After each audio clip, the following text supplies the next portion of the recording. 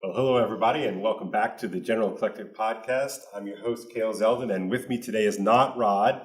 I kicked him to the curb. He's gallivanting around Europe, and I have with me today Dr. Jessica Hooten Wilson, who is here in Rhode Island for the week. How are you doing, Jessica? I'm doing really great. This is like a heaven intellectual retreat. Yeah, it's been great. So we've been spending the week talking about Flannery O'Connor and reading some stories and some background materials with some other teachers. So it's been a lot of fun.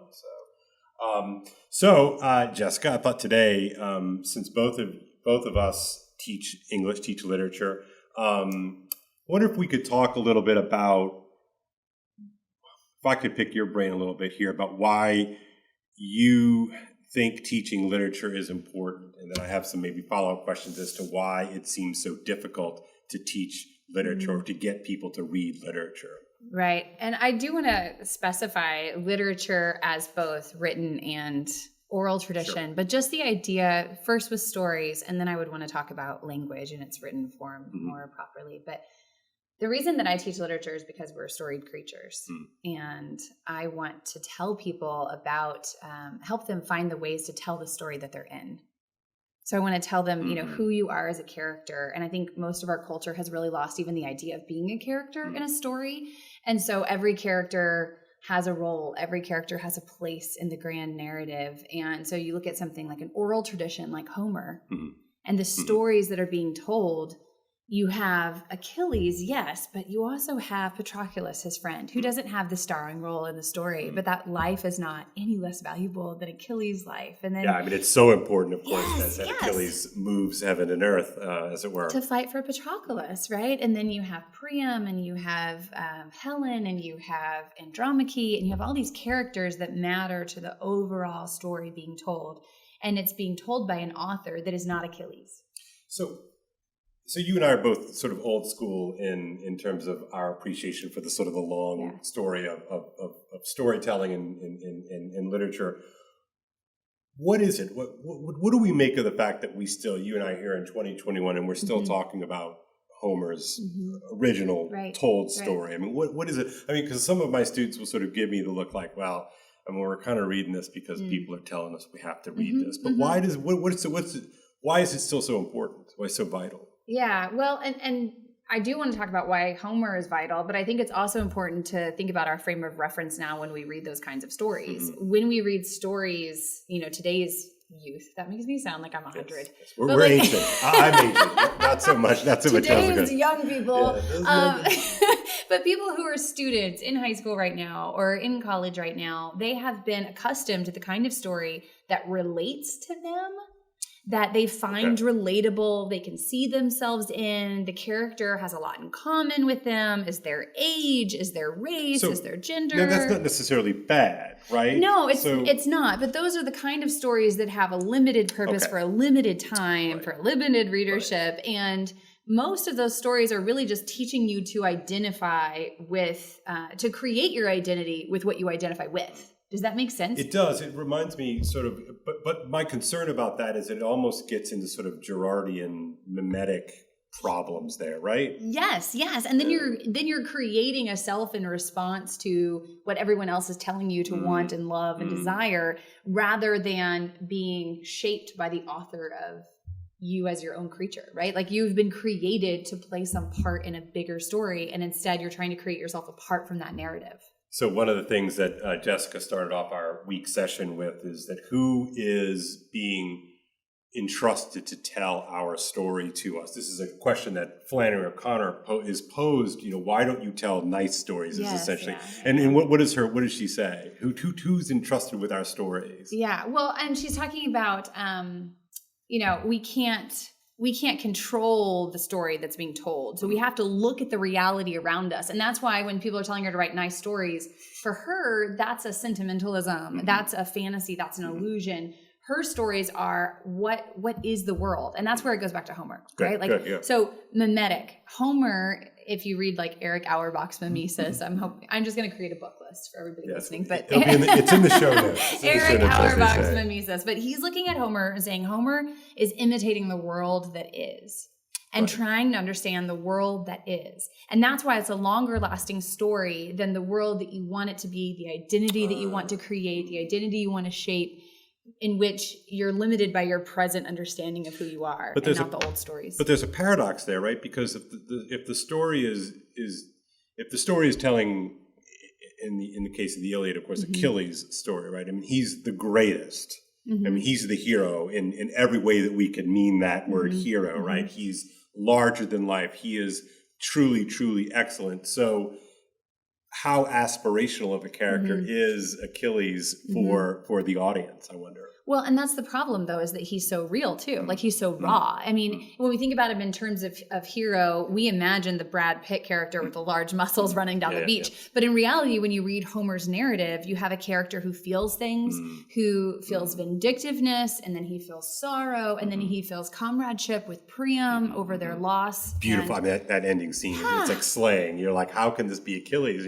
But of course it's Achilles, right? Yes. Of course it is, right? So, okay, so if Homer, the reason why I was bringing up the O'Connor sort of bit about who's being entrusted to tell our stories, her response to those people who are saying, you should write nice stories, right? It's like, well, who speaks for America today was the question. Right. Who speaks for America today? So what is her response to the advertising agencies, right? And so from her perspective, if you are not purposefully and volitionally seeking out the stories and the stories that you want to shape your imagination, that you want to shape your kids' imagination, you are going to be influenced by the stories of the world and the culture at large. And so the advertising agencies, and now, of course, social media and... Which are advertising agencies. Yeah, essentially, yeah. And the stories that are out there are going to tell you what to want and who to be. And really, you're going to lose your sense of self, because who do they want you to be? They want you to be a consumer and a producer. So and that's it. Yeah, so it's sort of kind of cheap imitation, as opposed to, when you read, Homer, if you read about Achilles or even Odysseus, right?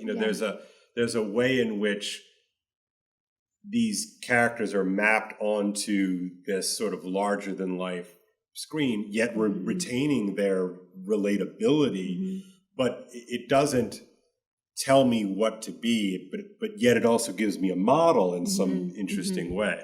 Yeah, Simone Weil called the Iliad the loveliest of mirrors. Wow. But that's actually not a complimentary vision. Because it's kind of gruesome. Right, exactly. That we are all these characters fighting and at war. But if we also look deeper, we're also characters. Jeff Reimer had said this in comment. We're also characters who seek out poetry, who want to write poems like Homer did. We're also the bard in the narrative. Like, there's so much, if we really look at it like the loveliest of mirrors, yes, we're possible of violence. And we also have potential for creating art. Yeah, it's one of the things I pose to my students all the time. And my students are high school students, so I tend to have to yell at them, as Flannery O'Connor would tell us, lest they not hear. But, how can we, human beings, be capable of the Sistine Chapel and Auschwitz? Like, I really try to put that in their head, in their space, in their face, because that to me is that's the mystery. That is. And it's so easy. I'm thinking of sort of the flattening that we experience stories now. We experience stories as we're sort of flipping up on our Instagram feeds and we're looking at 30-second, 1 minute long TikTok videos, and they're sort of showing us something, and it's flat, right? But you can't read the Iliad or the Odyssey, and to read it well, and maybe that's something we can circle back to, because we're also trying to teach people how to read well. Because I fear that we're really losing that part of it. But to read those well is to be confronted with a multidimensionality that it could be transformative, right? Well, and that, if you've seen the recent Fahrenheit 451, they adapt it, and there's a lot of ways they adapt it wrong. But one of the things that was interesting, the way they adapted it, is it's no longer that they burn all the classics. Like in the Bradbury novel, they burn all the classics. Instead, they replace them with emojis. Because of the double meanings within words and the connection between the sign and the signified and the thing that is and the thing that it points to, all of that is lost and flattened with emojis. That's really interesting. That's so right. That's classics are all available in emoji form. That's actually kind of brilliant. It is, yeah. I liked that part. Yeah. Well, because the what we seem to always be in danger of losing is complexity, like personal complexity, nuance, and those things that don't show up on an ad. Like if the model, as Flannery O'Connor is saying, of course she's not aware of TikTok or Instagram or anything like that, but I think the model holds as we scale it up to Instagram and TikTok and social media, and you and I know think very seriously and deeply about our kids, the kids that we teach, the kids that we have, that like I'm very, like just personally, very worried that we're going to lose how to read. Yes. That and then to sort of your point, my concern about, popular fiction, and I know that one could always accuse people like me and you, like, oh, you only want highbrow stuff, but I don't think that's the elitist. I don't think that's where you're coming from. So what is the difference between, a classic, and again, that's a loaded term, but just what is the difference in your mind, between a classic and, something that's, just being advertised to us in the YA space? Yeah, I think that what makes a universal story would be something that is true about reality. That's the start. I'm going to do truth, goodness, and beauty are going to be my rubric, but something that is true. So it is imitating the world, and it is highlighting things that are true about the world. It's shaping it into art, but not in a way to manipulate the audience. But the shape is going to show you a pattern of meaning that actually exists in the world, and it's highlighting that pattern of meaning. So that's what I mean by truth. Yeah. So it can be something like Lord of the Rings. That is fantastical, but it's true in how it tells the story, right? Or goodness. C.S. Lewis says in Experiment in Criticism, a good book is one that makes you a good reader. So when you're reading, it is actually teaching you how to be humble, to be charitable, to be generous, right? So through Lewis here, Lewis is saying that there's something that is happening to you, the reader, when you encounter a great work. Exactly. A good work or a true work. Right. And you have a good reading of the story. Whereas if it's a bad story, for example, it's going to show you one side of things. And again, this is Ray Bradbury in Fahrenheit 451, right? If you want to control the masses, only tell them one side of the story. And so it produces, it produces the propaganda viewpoint. You only want to hear one side, and you don't want to listen to anything that challenges that. Right. And that's going to make you into a bad reader, because it's going to make you into a siloed reader, right? Totally. To be more isolated, to be more alienated, to be more fragmented. So this is interesting, right? Because one of my latest concerns is the power of the algorithms to control narrative, right? Yes. And even somebody like me, like you, we're sophisticated readers. This is what we do. It's what we enjoy. Right. How much am I being formed by my flattened algorithm that's not designed to tell a good story? It's designed to get me to keep watching or to click on something else like it, etc. I mean, that's well, and you think about social media. I mean, I have, friends or family members who will say, no, I got this idea all by myself. Well, but you didn't, right? And even what you're reading is whatever is being recommended to you by the algorithm, whether you know it or not, because your Facebook friends and your social media feeds are giving you a certain book list to read. And in order to be someone that only has one side of the story, to beat that, you have to read outside the box. And so you have to read philosophy that you disagree with. You have to read literature you disagree with. You have to be okay to be scandalized, right? And to find out what is true by reading all these different perspectives. Now, you may stick to some of your same ideas afterwards. Like, that's great. But the fact that you've seen both sides of the stories, and then the truth, having nothing to fear from investigation, came out on top. Is the way that you want to be, rather than a flattened self who can't tell truth from lies. Yeah, it's interesting that you're saying this, that even when you're reading something that might not be your cup of tea, so to speak, or it might challenge an idea, it's not so that idea can cannibalize your other ideas, but it may be so. Maybe you will change your mind. I mean, that's an important thing, of course, to always be open for. But it's also, I'm thinking of Taleb's idea of antifragility, that the way that you create, you don't want to, if the goal is to create, anti-fragile people, you can't wrap everything in bubble wrap, right? That you actually have to be challenged. That part of the strengthening of your inner core is to be challenged, and what better way then, of course, than through story. Well, and this is why I have the problem with the YA novels where the character looks and thinks just like you do, because you're actually not creating characters, human beings that can go against the current.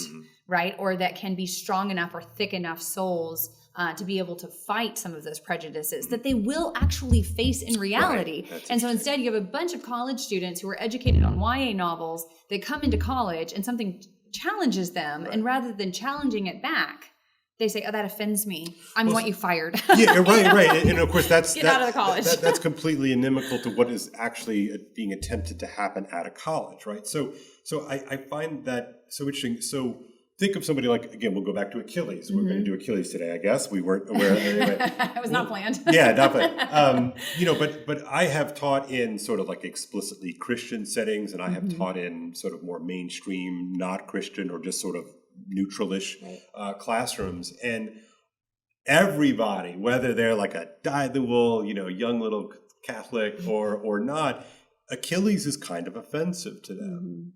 They don't quite know what to do with this because, they're like, oh, he's a jerk or he's selfish or he's... And so there's this sort of this raging moral response to Achilles that says, at least in my experience, says a lot more about the kid, than Achilles. Right. I don't know if you've had that kind of experience because Achilles seems to be uniquely challenging to Americans in 2020. Yeah. Right? I think it's 2021 for the record. I think her last name is Vandermeer, but I might get it wrong. And if so, Vandiver. I hate missing people's last names. I know, I'm so sorry.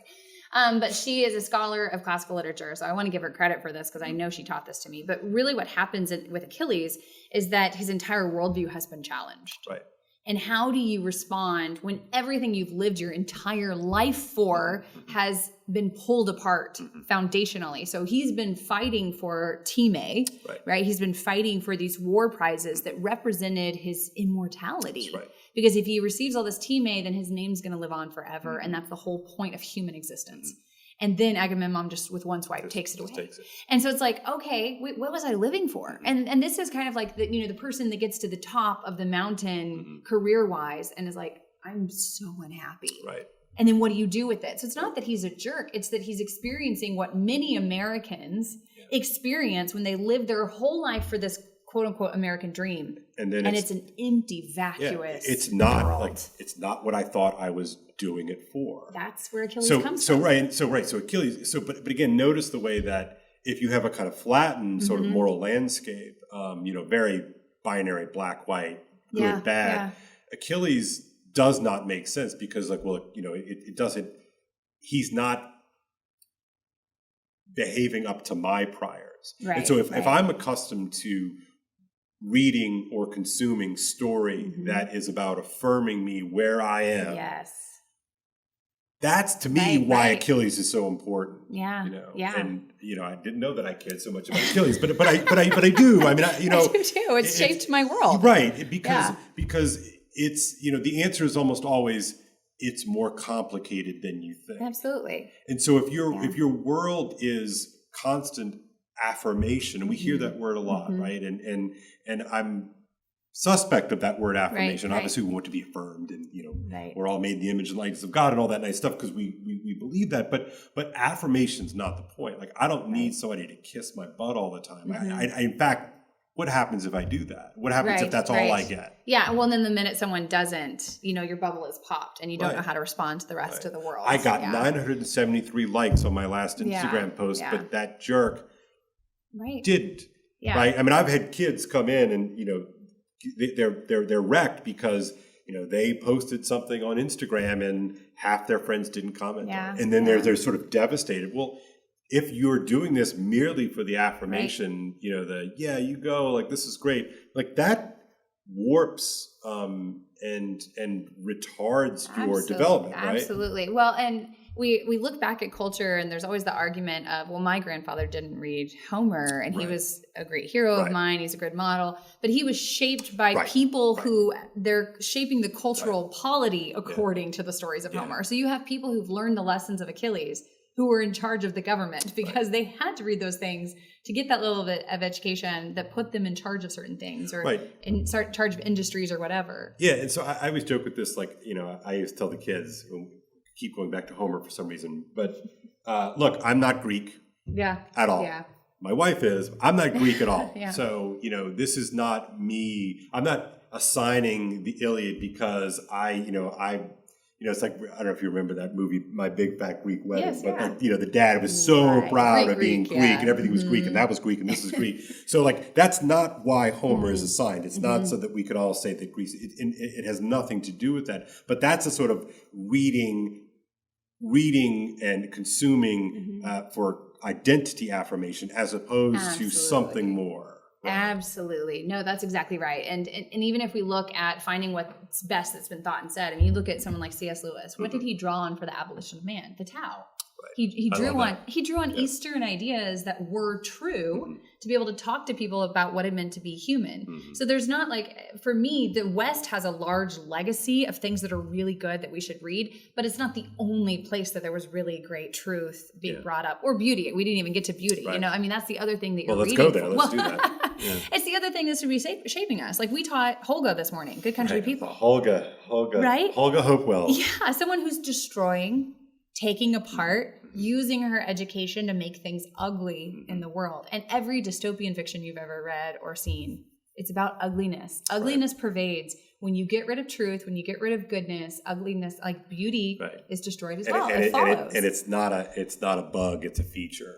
Right. Yes, that's what becomes the interesting part of that dynamic with these dystopian stories. Yeah. And the beauty instead is what evokes the soul. It reminds the human person that you're not just a computer, truth.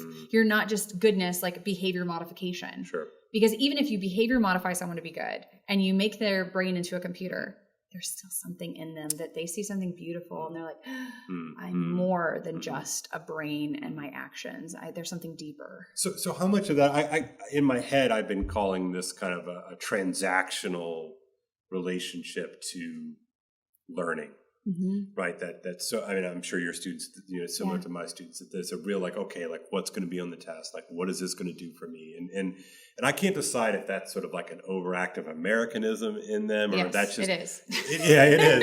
Right. But I would argue that it's even deeper than that. I mean, Americanism also comes from somewhere, It's also from Bentham and utilitarian. Yeah. It's this idea that, and it's not just performative. I think there's part of it, like you were talking about social media, that's performative. The other part of it is utilitarian. They don't care about the grades only as performance. They care about the grades because the grades get them the degree, which gets them the job, which gets them the money, which gets them the house and the cars that they want. And then that's it. And it's like, you're still going to die, right? Like you need something greater to live for than that kind of trajectory. And the problem is America hasn't given them anything greater than that, because if the advertising agencies and the social media is speaking for them, it has taught them just to be a consumer and a producer. That's the story they're living in. And I always think of this because as a kid, I was particularly prone to these. But if you were, those car commercials where they're driving down Pacific Coast Highway in a with the sun coming down and even it's gorgeous and beautiful. And I've always had like, man, you throw a car on PCH and watch it go, I'll buy it. Like, give it to me now, because like that sort of fulfills some sort of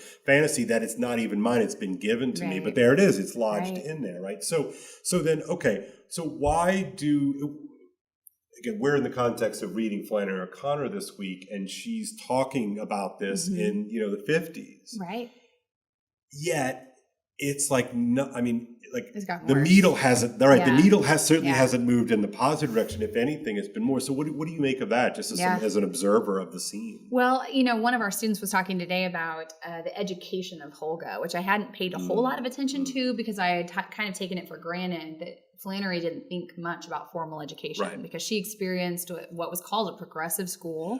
Okay, I want to talk about this in a minute, but go ahead. I mean, Lewis talks about this too. Eustace Scrubb goes to the progressive school where they don't learn anything and everything's being torn apart. So for our audience, we're not talking about progressive in terms of like progressive politics, yay Bernie, something like that. I mean, what is, I'm fascinated, in 2021, that progressive education, again, as much as we can sort of take this out of the sort of the electoral politics, I think would be important here. Absolutely. But progressive education, the idea of progressive education has been around a very long time. And yet it's still always heralded, it's like, oh, if we could just try progressive education. It's like, newsflash, we've been trying to do progressive education for 100 years. But we didn't have computers. I mean, that right now that we have iPads, sorry, that is sarcasm if you can't.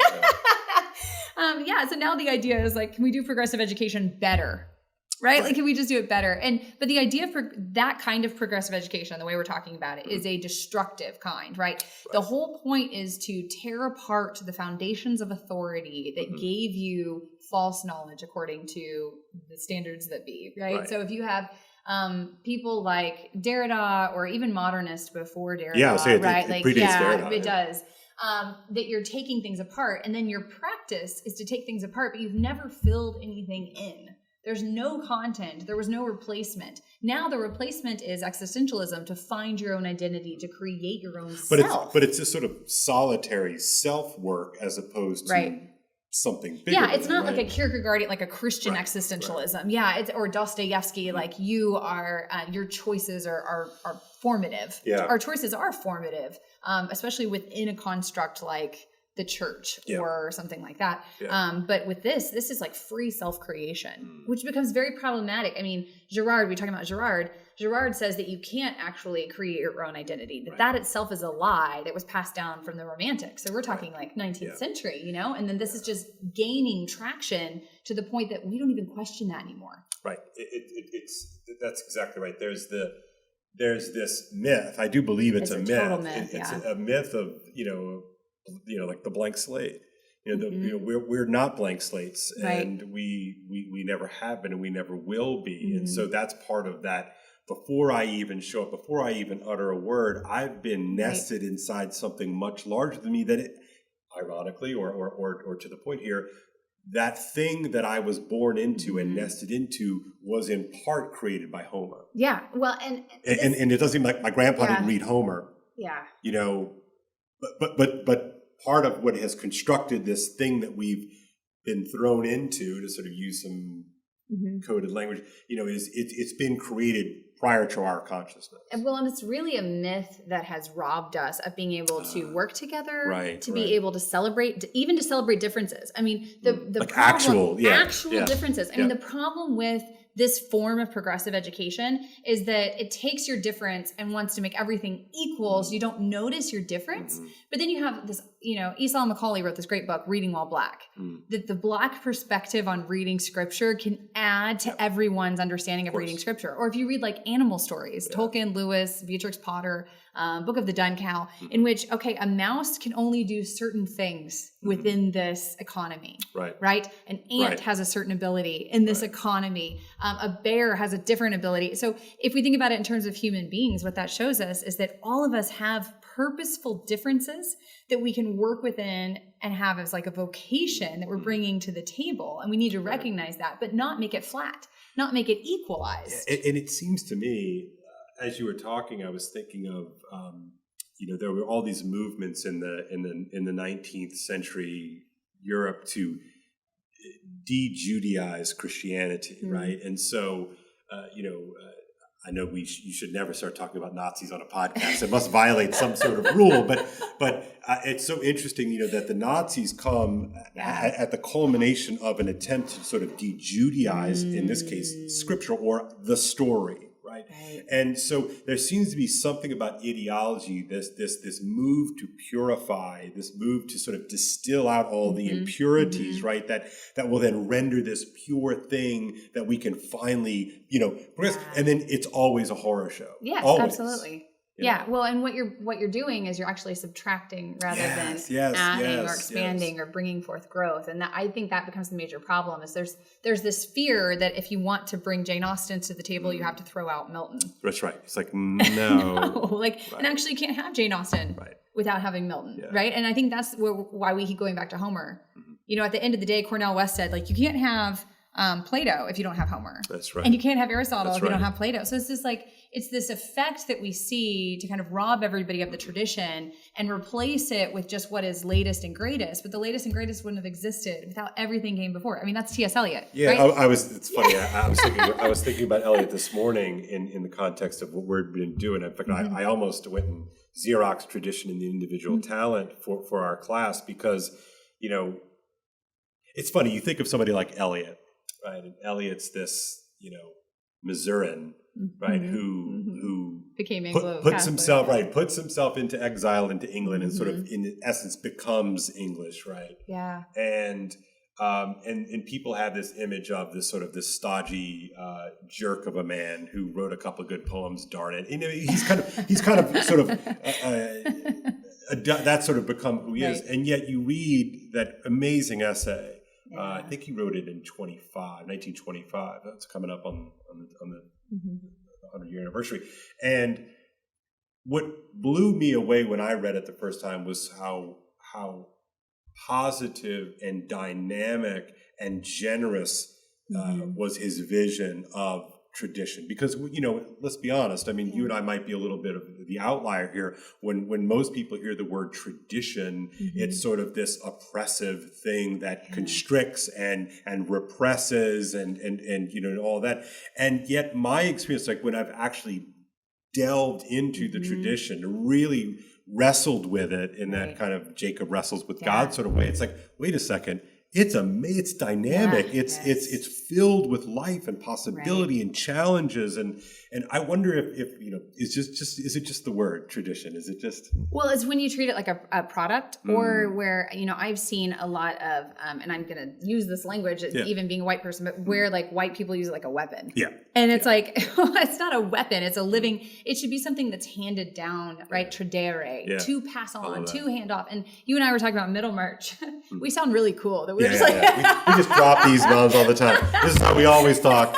Just, that's what we do. But we were talking about Middlemarch and the fact that like Dorothea, the main character who's younger, gets really excited about this old man who seems like a scholar. Yeah. But his books are they're dead in the library. So if tradition is something that's just dead because he's not passing it on, it has no good. Okay, so this is fascinating. So the idea of like a dead letter, right? And of course my mind's going to Derrida and Deference and the mausoleum of the Logos and all that nice stuff, right? But the irony for me is that like, so for instance, forces in academia, right? They tell a certain narrative and story, and they're sort of at the culmination. Now they're finally sort of rendering a proper critique of everything that's come. But nothing is more dead to me than strict analysis. There's no sense of responsibility toward transmission. Right. So in one of Flannery O'Connor's prayers, she prays about,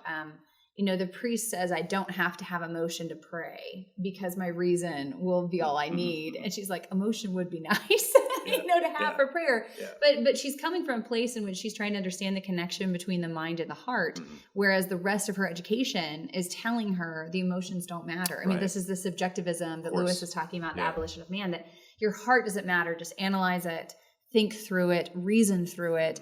And she was very aware, no, it's about things. It's about walking into the church and smelling certain things and seeing certain things. Like there's this poetic knowledge that the heart longs for. So how do you fight? So I'm going to come back at you a little bit here. Yeah. Okay, so fine, you've got the smells and you've got the bells and things are lovely, but you're not facing the truth. You're not really looking at the injustice. You're not really looking at things that really need to be fixed. Like, how do we respond to that? Oh, I definitely have had that response to me too, because I wrote a book on holiness, but what I did is I was focusing on literature and reading people's stories. How did this person pursue the saintly life, right? Like the Diary of a Country Priest. Like, what did it look like to live like that? And I gave it to someone to read, someone I didn't know, and just trying to get a critique. And she responded, "This is very white." And I was like, what? Yeah, like it's about a French priest. But what she was trying to say, and then I think this is very condescending, what she was trying to say is, and this was in 2020, we're in the middle of Black Lives Matter protest, and you're sitting here writing a book on holiness? Right, as if beauty and holiness can kind of take a back seat because it's not really that important that this, I know. Well, the contemplation, and this is where we've lost this idea of the connection between the contemplation and the action. So you walk into this room with poetic knowledge of what is true and what is beautiful and what is good, then informs how you act. One of the biggest fallacies is when I walk into my first year seminars and I ask students, like, what's wrong with the world? Right. And I hear students say things like, what's wrong with the world is that we're sitting here in this classroom instead of going out and changing the world. We're just talking about ideas and talking about poetry. And I have to correct them and say, well, how would you change it? Like, what would you do? And how would you know that what you're doing in 20 years isn't going to have a backlash? In 50 years is not going to have poor consequences. Is in 100 years is not, you're not going to look at it and be like, why did I do that? I was led astray. I wasn't changing for the good. And that's where contemplation roots you in this knowledge of something that's higher and more beautiful so that you can act rightly in the world. If you don't have that contemplative part of your life, then you're just working in, you're a busy bee, you're an ant in an anthill, you're a lost direction on the wrong road. I mean, C.S. Lewis, again, to quote him, says, if you are being progressive, but you're going down the wrong road, the person who turned around was actually more progressive than you were, because now he's on the right road. That's right. Yeah, no, I use that in class a ton of times. It's like highlights reel. Yeah, right. That's it. We talk about that. We have our little moves that we go to, right, when we do this. So why do you think it's so difficult for us to read? And I don't mean read because we are distracted by devices. That's not really what I mean by the question. Like, why do we not throw ourselves into these things? Yeah. Well, and you didn't know this when you asked the question, so this is not like you were setting me up to that. No, this is fresh. I am writing a book this fall called How to Read as a Christian. Wow. And the reason I'm doing that is because one of the things that Alan Jacobs talked about in his book, Breaking Bread with the Dead. I was already writing this book before he wrote it, but it's very informative, I think. It's a great title, by the way. Yeah, and it's a good apology for what it is that I'm doing, because the question comes back to, you were saying the Holocaust and Sistine Chapel. Right. And I am going towards your question, but just I'm going to walk through it. How can both things take place? Well, the real question is, how could one person perhaps do both? And that's right? Where I'm getting at. Good. Yes, and so then the question is, if someone is Stalin, right, who's listening to this beautiful music, who's always like taping symphonies and then killing everyone who performed, how can that happen? Well, it has to begin in piety, and then the great books become this resource for us. If it's not beginning in piety, then how you are reading is still a consumer. You are still taking, you are still using, whereas the disposition that begins in piety begins in charity, so that the practice of reading actually makes you a more generous person, a more thoughtful person, a person who is not using the text, but enjoying it as it is. So I've got as an undergrad, I read this amazing and quirky book called The Gift by Lewis Hyde. And he's really trying to get at what exactly is the economy of art, but he's really talking about grace. I mean, he's talking about it in non-religious terms, but but he's talking about what is the gift? What is this thing? And I'm distilling this down and I'm making a caricature out of it, but you should read it. It's great. But it's the gift isn't a gift until it's given. And there's something about the passing on, that act of generosity. And therefore, if I give this thing to you, how do I receive it? How do you receive it? And then, of course, how and when and why do you pass that on? Because the gift is never held. It's never kept. It's always on the move, so to speak. And I think that's go ahead. So I was thinking about what you just said, and I was thinking about it yesterday. You were talking about Greenleaf. So in the story Greenleaf, Mrs. May says, some people, don't learn gratitude until it's too late, and some never at all. And here's a person who has no conception of grace or gifting at all. Yeah, she's obsessed with her will. She's cutting people in and out of her will because they've looked at her wrong or whatever. Yeah. And she thinks that before any seat of judgment, at least I can say I've worked, I've not wallowed. But she's such a great character, right? Mrs. May, right? Miss May. Yeah. She's consumed with justice. She feels this original injury to her merit. I mean, it's satanic, right? And this is Satan from Paradise Lost, right? It's injured merit, and nothing's going to move her off of that.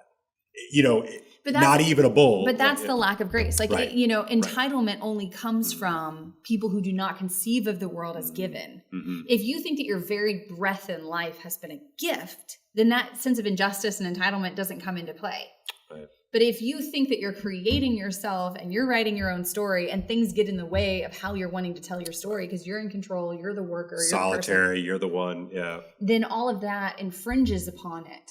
So it's really two different ways of living in the world, and that affects, again, how you read. Well, and And how you see the world. And how you see the world, how you live in the world, Yeah. and how do you, if you're warped in that way, how do you live in community? Right. Like, it seems impossible to live in community if you're it. Yeah.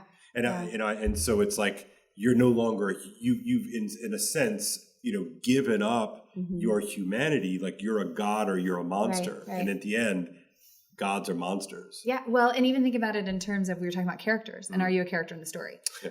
Everybody, if I like looked at you right now and I was like, you're Patroclus in the world. Yeah. Like, people don't want to be Patroclus. They want to be Achilles or Homer. Like, they don't want to play that, part role in which they are somehow feeling like they're minimal. But if you're gifted even existence, you're like, thank you for making me the guy who dies on the battlefield. That's right. That's right. Thank you for the gift of being in this story at all. Yeah. And this is, also in Dante's Divine Comedy, where Pia is in paradise, and she's so small, and she has a small part to play. And Dante's like, don't you wish you had a bigger role in the story? And she's like, no. I mean, the great thing about being in God's will now is that I recognize that I had exactly the part that I was meant to play. And I'm where I belong. Exactly. I mean, how this is it's and the sense of belonging versus alienation that comes when you're trying to fight for more time on the stage rather than accepting and receiving. Because she knows, like, in that moment, to quote Bevel, like, you count now. Like, Pia knows she counts. Yes. And that's she matters. Beautiful. She matters. Yeah. And for all, and you say this all the time, like,